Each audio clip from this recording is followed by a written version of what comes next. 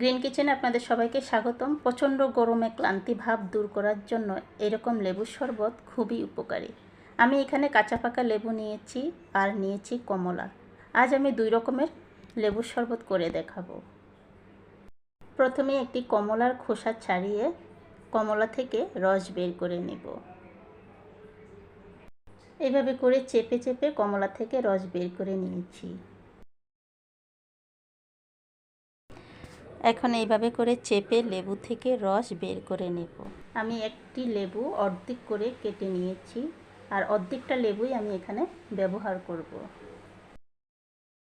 এখন দিয়ে দিব কমলার রস আর 1 চিমটি পরিমাণ খাবার লবণ আর দিব 1 চা চামচ চিনি। চিনি আমি ব্লেন্ড করে পাউডার করে নিয়েছি।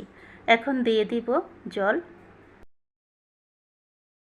এখন সবগুলো উপকরণ একটা চামচ দিয়ে ভালো করে মিশিয়ে নিলেই তৈরি হয়ে যাবে লেবু কমলার শরবত।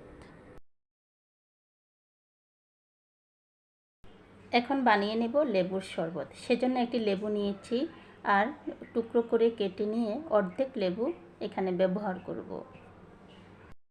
লেবু থেকে রস বের করে নিয়েছি। এখন সামান্য পরিমাণ খাবার লবণ দিব আর দিব 1 চিমটি পরিমাণ বিট লবণ।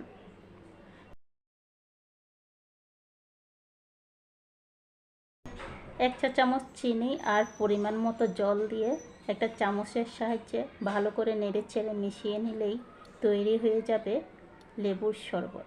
লেবুর শরবতে আমি কোনো বরফ ব্যবহার করিনি। যারা ঠান্ডা খেতে পছন্দ করেন তারা অবশ্যই বরফ ব্যবহার করে নেবেন। তৈরি হয়ে গেল 2 রকমের লেবুর শরবত। এখন সুন্দর করে পরিবেশন করে নেব।